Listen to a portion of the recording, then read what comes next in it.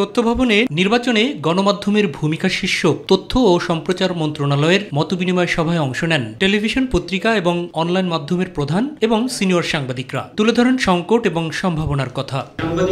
সাংবাদিকতা পেশা হিসেবে প্রতিষ্ঠার জন্য যে উদ্যোগ নেওয়া, সেটি করার ক্ষেত্রে আমি মনে করি যে আরেকটু তদারকি কিংবা ভূমিকা রাখা দরকার। সাধারণ মানুষগুলো যারা তাদের মত প্রকাশ করেছে, মানে স্বাধীনভাবে দেখা গেল যে প্রার্থী খুব শক্তিশালী, সে পাশ করেনি, সে যে আক্রমণ করছে, সেক্ষেত্রে আমাদের সাংবাদিকরাও আক্রমণের শিকার হবে। তো সেই জায়গাতে সিকিউরিটি নিশ্চিত করতে হবে সাধারণ মানুষের, ভোটারদের এবং সাংবাদিকদেরকে।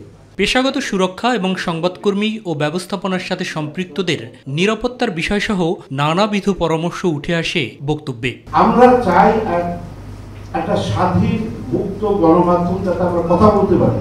গত 15 বছরে 100 জন সাংবাদিক খুন হয়েছে, সেগুলো নিয়ে আমরা কিন্তু যেভাবে সোচ্চার হওয়া দরকার ছিল, আমরা যখন এগুলোর প্রতিবাদ সভা রাখতাম 15-20 জন নিয়ে আমাদেরকে সভা করতে হয়েছে। মিথ্যা এবং অপতথ্যের বিষয়ে নিজেদের উদ্বেগের কথাও তুলে ধরেন সাংবাদিকরা।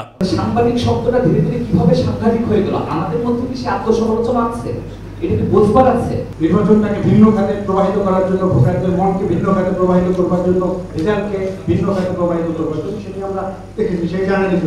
অন্তর্বর্তী সরকার ভয়ের সংস্কৃতি থেকে বের হয়ে সঠিক সংবাদ তুলে ধরার পরিবেশ তৈরি করেছে বলেও জানান সংশ্লিষ্টরা। ফেক একটা পেজ খুলে প্রচার চালাচ্ছে, এটা হচ্ছে মানুষের, আমি মনে করি যে সোসাইটির ভিতরে আস্থার সংকট, যেটা এটার একটা প্রতিফলন।